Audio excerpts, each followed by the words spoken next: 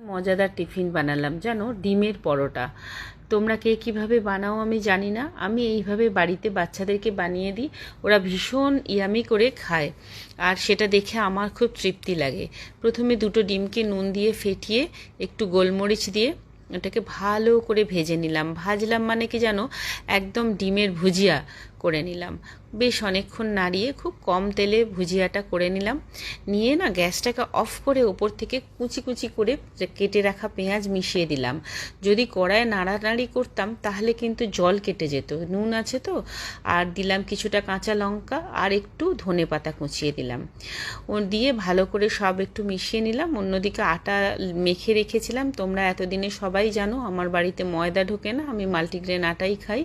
দিয়ে ওটাকে ডিমের ওই পুরটাকে না মাঝখানে দিয়ে স্টাফিং করে বেশ লেচিটার মধ্যে ঢুকিয়ে নিলাম, যেভাবে অন্য কিছু আলুর পরোটা বা এই করা যায়। তো আমি এইভাবে ডিমের পরোটাটা বানাই। দিয়ে ভালো করে বেলে নিলাম গোল করেই। ত্রিকোণা করে করে বেলতে গেলে না পুরগুলো বেরিয়ে যেত। দিয়ে অলিভ অয়েল দিয়ে ভাজা ভাজা করে নিলাম। আর তোমরা সবাই জানো যে আমার বাড়িতে পরোটা কিন্তু কেউ তরকারি দিয়ে খেতে চায় না, তাই সিজওয়াইন সস বা অন্য কিছু সস দিয়ে খায়, টমেটো সস। তো আজকে কিন্তু আমি ওদেরকে সিজওয়াইন সস দিয়ে